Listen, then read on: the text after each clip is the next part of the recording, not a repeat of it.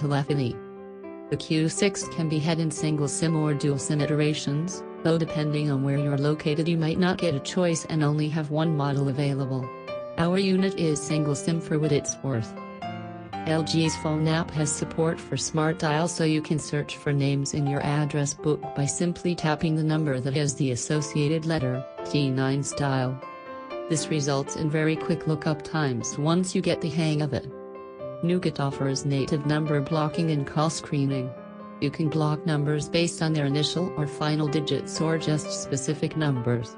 Third-party apps can ask Android which numbers are blocked, so apps that use them to identify users, like WhatsApp and Viber, can also reject calls and messages from those numbers.